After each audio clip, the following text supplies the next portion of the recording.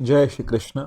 गीता का दूसरा अध्याय 68वां श्लोक, जिसमें भगवान अर्जुन से जो बात कह रहे हैं, तस्माद्यस्य महाबाहो निगृहीतानि सर्वशः इंद्रियाणि इंद्रियार्थेभ्यस्तस्य प्रज्ञा प्रतिष्ठिता। भगवान कहते हैं कि जो मनुष्य अपनी इंद्रियों के वश में नहीं रहता और वो अपनी इंद्रियों को अपने वश में कर लेता है। इंद्रियां मतलब जो 5 ज्ञानेंद्रियां, 5 कर्मेंद्रियां और साथ में मन, ये जिसके वश में रहता है, तस्य प्रज्ञा प्रतिष्ठिता।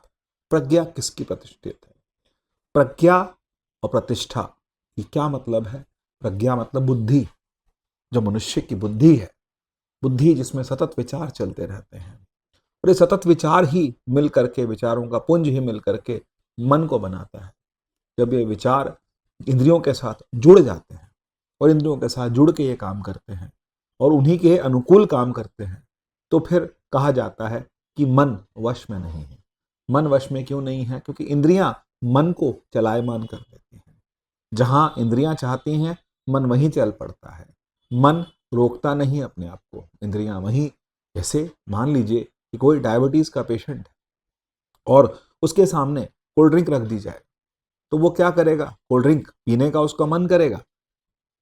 लेकिन अगर उसका मन बहुत ज्यादा उसके लिए आसक्त होगा तो पी जाएगा, और पीने के बाद बोलेगा मैं दवाई खा लूंगा, मैं ये करूंगा, मैं वो करूंगा। तो जिस समय पीना था, उस समय उस व्यक्ति ने रेजिस्ट नहीं किया, उसने मना नहीं किया, उसने खुद को रोका नहीं, उसने रोकने की कोशिश भी नहीं करी, उसने विचार भी नहीं किया। जब सामने आई, इंद्रियों ने कहा, जीभ ने कहा पीना है, लेकिन मन मन उसके साथ चल पड़ा और बुद्धि ने कुछ विचार नहीं दिया। जब विचार नहीं दिया, बुद्धि ने कहीं रोका नहीं, तो मनुष्य की मन बुद्धि उसी में लग गई और सारा का सारा। तभी तो कहा भगवान ने कि जैसे नाव को हवा उड़ा के ले जाती है, चला के ले जाती है, बिल्कुल वैसे ही जो हमारी इंद्रियां हैं, प्रमाथीनी।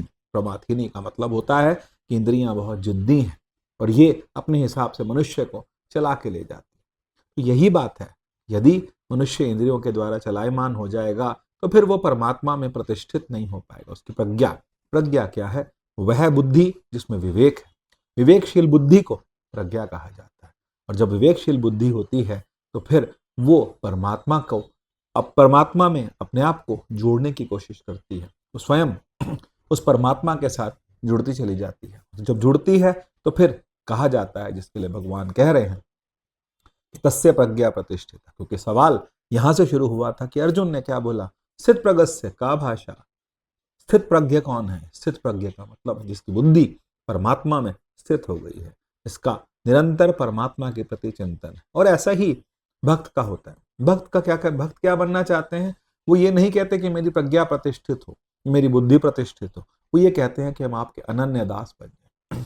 अनन्य का मतलब होता है अन्य कोई है ही नहीं। जैसे हनुमान जी ने आकर के माता सीता के बारे में बोला भगवान श्री राम से, निमिष निमिष करुणा निधि जाई कलप संबीत। तो इसका मतलब क्या है? एक एक पल आपके बिना।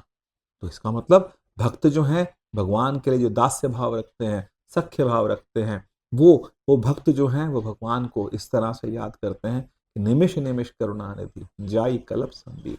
आपके बिना एक एक पल जो है, तो भक्त इस तरह से याद करता है। और ज्ञानी वो अपनी प्रज्ञा को, बुद्धि को, अपनी चेतना को, अपनी चेष्टा को उस परमात्मा में लगा देता है, और इस तरह से लगाता है कि वो परमात्मा से अलग ना हो और उसी के विधान के अनुसार चले और विवेक के और वैराग्य के साथ में उस परमात्मा को पा जाए।